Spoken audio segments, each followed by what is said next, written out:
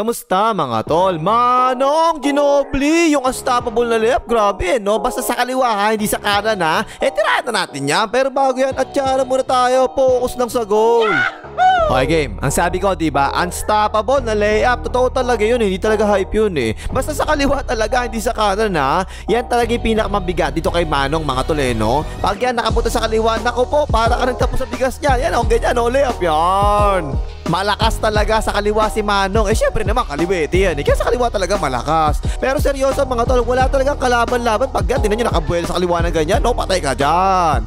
O ayan pa, tinan nyo, nako po, pinabayaan pa talaga sa kaliwa, dumaan no? Ayan na nga, nakabuel na nga, nako po, sumabay ka pa tol, wag ka lang malikot. O ayan pa, tinan nyo depensa mga tol, kinakargahan na sa kaliwa Pero pinasa sa gitna, nako po, napatingin yung bantay niya. Ayan na, hand up tuloy, nakabuel na naman tuloy sa kaliwa. Sumabay pa kayong lahat, sama nyo pa na ng tatay nyo.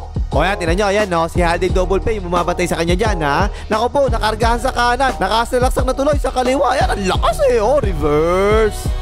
Kaya yung pwesto niya kadalasan mga tol, napansin nyo ba? Diyan sa may right wing siya pumupwesto kadalasan. Tapos i-screen na siya, pakaliwa na ganyan walang kwento yung defense ng Drummond lusot na lusot talaga O kaya patinan niya, binababa pa lang niya, papunta siya sa right wing na kagad no? Tapos naisip niya, ay, kaliwa nga pala akong malakas ha. O tinan niya, biglang pumunta na nga sa kaliwa. Lakas, tinan niyo, lang yun Ang tanong niyo malamang dito bakit ba pinapabayaan pa siya ng depensa na makapunta sa kaliwa? Malakas nga siya sa kaliwa, diba? Ayan ang sagot si Duncan yung umiscreen, may magagawa ka pa ba dyan? O yan, tinan niyo yung layup mga tol, kabisado talaga niya, ipabanda sa kaliwa.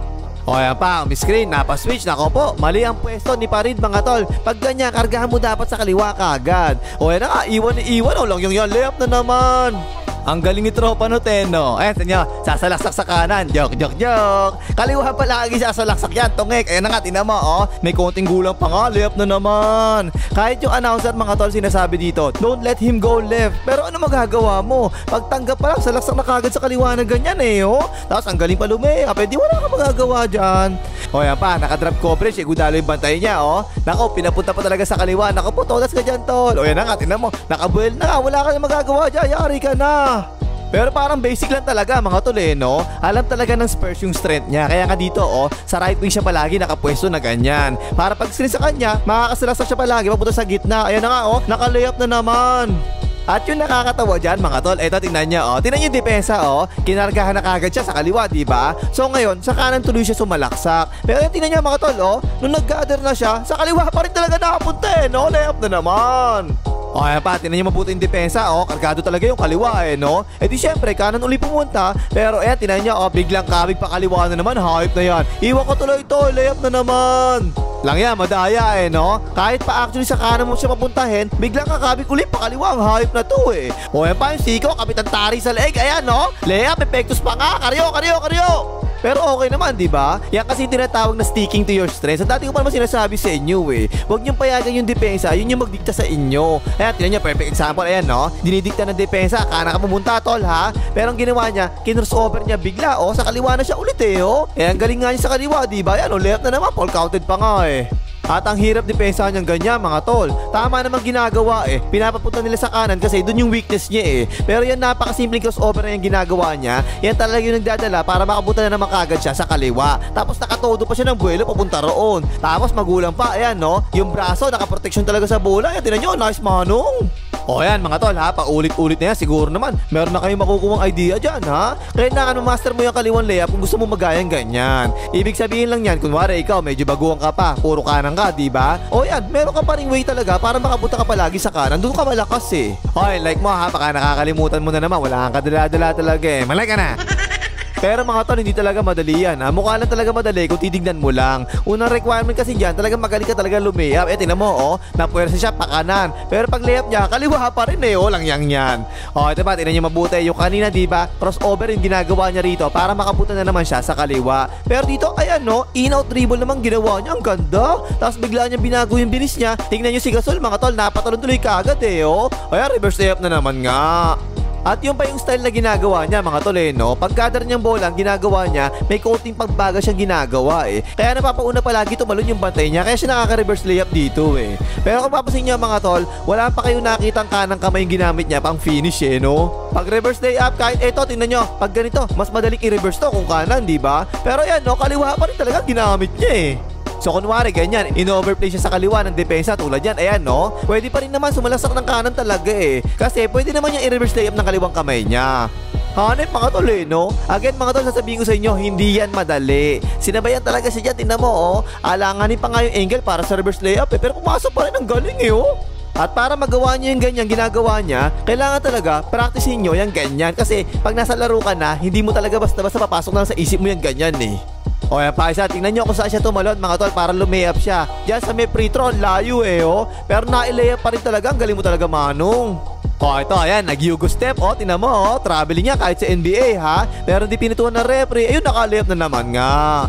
O, ito pa, tingnan nyo, ang galing niya rito, eh. Sumalaksak, tapos ayan, pineki niya, o. Pero yung kanang paa niya, turok na turok talaga sa sahig. Hindi ba traveling, eh? Ang ganda, ayan, height na yan, parang circus shot. Ang galing, hanep. O, ito pa, tingnan nyo yung cut niya rito, mga tol, o. Saktong-sakto talaga. Tapos, kung paano niya protektahan yung bola at yung balanse niya kahit may contact, ang galing, eh, no? Tapos yung isa pang favorite move ni Manong mga tol, syempre, yung side step, diba? Yan, tinan nyo, oh, putpot ang swela sa sapatos, layup yon. Yan mga tol, yung galaw na yan, sikat sa ating mga Pinoy yan, diba? Kahit sa mga liga sa atin, madalas talaga, makikita mo yung ganyang galawan eh. Hanggang ngayon nga, actually ako, ginagawa ko yung side step na ganyan kahit matanda na ako eh. Kasi very good move talaga yan para maiwasan yung bigla sasalubong sa'yo na ganyan. Kung hindi mo pa alam yung galaw na yan, practicein mo na, madali lang yan eh. O kaya, kita nyo yung biglang palit ng direction kasi nga, nag-side step siya, diba? Magagamit mo talaga palagi sa laro mo yung galaw na yan. Ang importante lang kailangan practicein dyan, syempre, yung pang-finish mo after mo mag-sidestep. Kasi kadalasan, kapag nag-sidestep ka, humihina talaga yung buwelo mo pagkatapos mong gawin yun eh. Now, ito yung isa pang paborito niyang gawin. Yung pa-floater na yan, kita nyo oh. Kung titignan natin mabuti mga tol, yung floater na ginagawa niya, walang pitik eh no. Kita nyo yan oh, para tinulak lang talaga niya tapos walang ikot yung bola. Kumbaga, yung tira, walang follow through. Ang ginagawa niya, binabato lang niya pataas na ganyan. Eh, tinan nyo, oh, yung palad niya, oh. Hindi man lang gumalaw yung palad, eh, no? Kaya mukhang kakaiba talaga. Parang tirang bano nga, actually, kung titignan natin mabuti, eh. Ang weird kasi talaga na pagkakabato niya. O, yan pa isa, tinan nyo, nanggulang pa nga muna, eh, oh. Tapos, ayan, ang ganda ng angle ng camera. Tinan nyo, paano binato, mga tol, oh. Tapos, tinan nyo yung bola. Halos hindi talaga umiikot, hanip, eh. Ako mga tol, hindi ako ganyan mag-floater ha. Yung floater ko kasi, meron pitik ng konti para mas mataas ng konti yung lobo. Pero kung ako sa inyo mga tol, kung mas komportable kayo sa ganyan, hindi gayahin nyo yan. Eh kasi 2 points pa rin naman yan kahit anong itsura pa yung tira mo eh. Hindi yan papugian ng tira ha. Ang kailangan, kung saan ka mas effective, yun yung gawin mo palagi. Para tuloy ang bilis-bilis niya nare-release yung bola eh. Hindi na halos kasi nakakasabay bumabatay sa kanya kasi nga naibabatalo niya kagad pataas. O yan pa, tinan nyo, yan no. Sobrang bilis talaga na-release niya ng floater. Wala talaga nakakasabay, napapatungan ka na lang lahat sa kanya eh. O yan pa isa, inbound play naman to. Ayun o, napasahan na naman. Ako po, medyo malapit na sa ring. Binato na lang kagad. Sure ball naman kasi, pasok na naman. Na mga tol, yung isa pang galing to si Manong Ginobili. Ayan, tingnan mo oh. Kapag wala sa kanya yung bola, ang hirap sundan yan. Ayan na, portrait, patay ka dyan. O yan pa isa, sa ilalim siya, tapos aangat siya oh. Pero biglang pumreno, biglang kumat pa ilalim. Ayun, nice pass oh, reverse. O yan pa, tinan nyo, halos pares lang talaga. Ayan yung aangat siya, diba? Pero this time, ipinasa muna ngayon yung bola kay Duncan sa poste. Pero ayun na naman, no? Bigla na naman siya pumreno, sabay cut na naman pa ilalim. Nice pass, isi 2 points tuloy yan. Nasa play talaga to ng Spurs mga tol, ha? Ayan, tinan nyo, save lang talaga. Diyan kasi, pwede ipasa kagad sa kanya yung bola, diba? Pero sa poste nyo naman muna ipinasa. Ayan na naman, oh, pares lang kanina eh, oh. Basic na basic talaga eh. Ilang beses ko talaga nakita ang ginagawa niyan ganyan. Tingnan mo, ayan no, simple-simple lang talaga yung play. Pero palagi talaga nakakashoot na ganyan. Kaya ang hirap sabayan niya mga tol kasi kahit wala sa kanya yung bola, biglang pepreno tapos biglang bago ng direction eh. Pag napasahan naman, shooter pa yan. Ayan na nga, oh, patay ka dyan. O ayan ba, tingnan mo, kunwari kukuha siya ng handoff eh no. Pero bigla niya binago yung direction niya eh. Nakakat na naman nga siya, libre na naman. O ito pa isa, pares lang talaga. Kunwari gagawin niya, kukuha siya ng hando, pero bigla siya magbabago ng direction niya. Ayun, nice pass na naman, oh, fall counted pa nga. Yung mga cuts kasing ginagawa niya, talaga makikita mo, binabasa niya palagi yung depensa. Tulad yan, ayan no, player screen sa kanya sa ibabaw, pero umibabaw yung depensa. Sino ba yung tuloy niya ng cut? Ayan, kita niyo oh, nababasa talaga niya eh no. O, ito ba, tingnan nyo, pares lang talaga eh. Ayan yung flare screen, tapos ayan yung cut niya. Magaling pang umasa si Boris Diaw, diba? Ayan, easy 2 points tuloy yan. Yan, mga tol, yung mga ganyan eh, no? Kadalasan talaga, makikita mo yung ganyang level ng understanding ng depensa sa mga European players. Ayan, tingnan mo, oh, imbis na magstay lang siya dyan sa corner, ginawa niya, kumat na lang siya bigla. Ay, tingnan mo, ino-overplay kasi siya eh. Easy 2 points tuloy yan. Kumbaga, mga tol, nasa dugo na nila yung ganyan. O, ito, tingnan mo, perfect example to eh. Sumabla yung tira, diba? Nakita niya, marirebound nakakapin niya yung bola. Ayan, tingnan mo mabuti, oh. Hindi pa nakukuha nakakapin niya yung bola. Tingnan mo pwesto kagad niya. Pakat na kagad siya eh, oh. Pero yung tatlo pa niya kakampi, nakatitig lang lahat. Kaya unang-una talaga siya nakakat, libre-libre tuloy siya dyan. Tsaka ito, talamak siya dito eh, no? Kapag ang bola nandiyan sa may gitna, malingat lang ng konti dumidepensa kanya, naku po, nakakat na naman kagad eh, no? Reverse. O yan pa, tinan nyo depensa, oh. Napatingin lang ng konti sa may hawak ng bola, diba? Kumat na naman kaagad siya eh, oh. Nice pass na naman. Ayun yung side step, oh. Ball counted pa nga.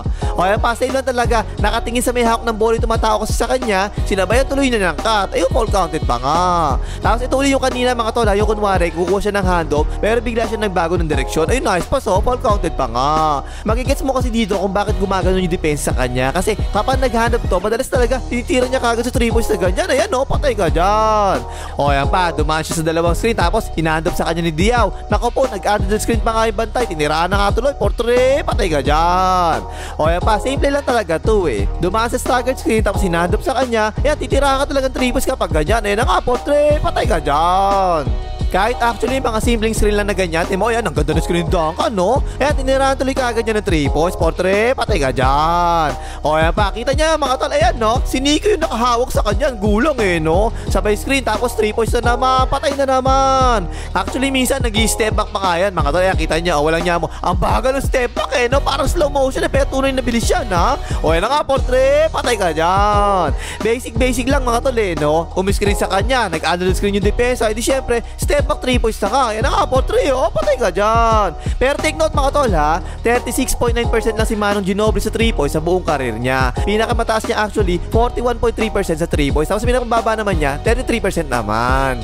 So syempre, minsan makikita mo rin mga keycode sa kanya tapos titira niya sa 3 points, diba? Uso naman yan ganun sa NBA eh. Lalo-lalo na kapag nakaposte si Duncan, diba? Meron palaging dadating na double team sa ganun. Ayun na nga, oh. Syempre may mga keycode sa kanya na ganun tapos titira ka na ng 3 points na ganyan. At kadalasan mga tol, 6 months siya ng Spurs except na lang noong 2003 hanggang 2006 season at saka 2010 season kasi first time siya sa mga taon na yun.